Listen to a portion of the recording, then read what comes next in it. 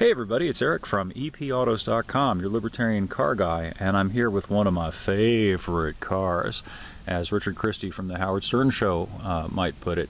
This is the 2019 Mustang GT, and it is one of my favorite cars, in part because it is a muscle car. I know technically it's a pony car, people are going to get after me for that, but still rear-wheel drive, and in the case of the GT, a nice big honkin' V8. Which of course is something that is becoming very, very rare, particularly in vehicles that are still relatively affordable. You can buy a GT for about $35,000 to start, and other than cars like this, including the Camaro SS and the Dodge Challenger, if you want that rear-wheel drive V8 powered experience, you kind of have to go up to something a whole lot more pricey, and usually something with 4 doors rather than 2.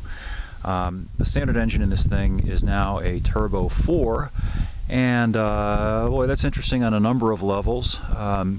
It's actually more powerful than most of the V8s that were put in the GTs in the past. I was thinking about that the other day.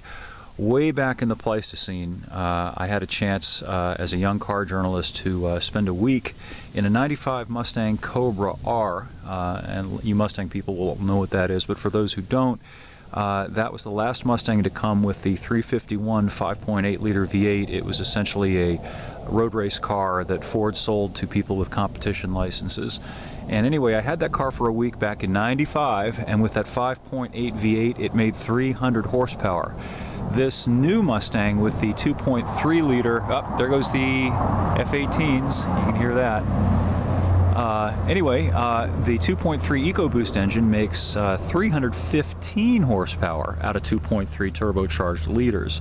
So that's an indication of how far the technology has come. Now, I will say this. There goes the plane again.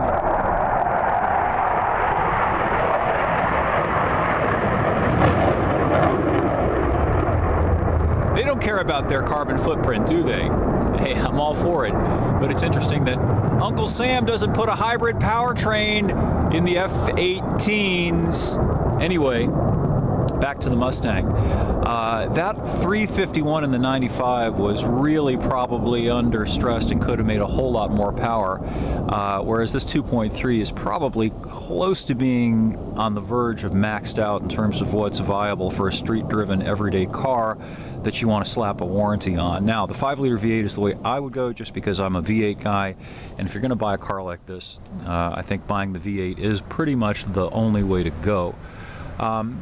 Anyway, I wanted just to show you some of the prettiness of this car, and I know, again, this is subjective, and some people will say that the Camaro looks better or that the Challenger looks better, but I really like what they've done with this car. It has Mustang-ness, if that makes any sense. You look at it, instantly obvious it's a Mustang. I think they've done a good job of integrating a lot of the retro and classic styling cues into a modern package. Dodge has done a really good job too, but Dodge hasn't really done much with the Challenger since it first came out when, way back in, what, 2008, I think it was? Something like that, a long time ago. Still largely the same car. Camaro, meanwhile, in my opinion, has sort of evolved into a marginally 4-seat Corvette. I think its proportions are awkward, its visibility, a lot of people have already talked about this, is atrocious from inside the car. The back seats are completely vestigial, and it's kind of an awkward car to drive, in my opinion. Don't hate on me for it, you're free to disagree. Tell me where I'm in error.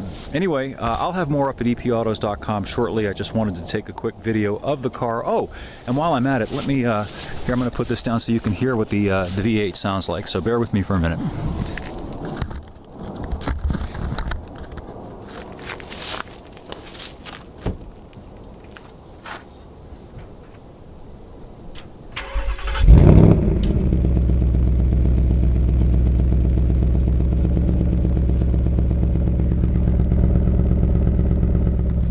Yeah, that sounds pretty good. That's the sound that makes the entire Persian Gulf stand up and cheer. It's one of my favorite sounds. Even with catastrophic converters, still sounds really good. So, anyway, I'll have more up on the site shortly. There's also a rant about this whole electric car idiocy, and it really is idiocy if you dig into it. Idiocy combined with hysteria, and I don't know what the source of the hysteria is, but it's interesting to speculate. Anyway, that's it. Thanks for viewing. We'll catch up with you again soon.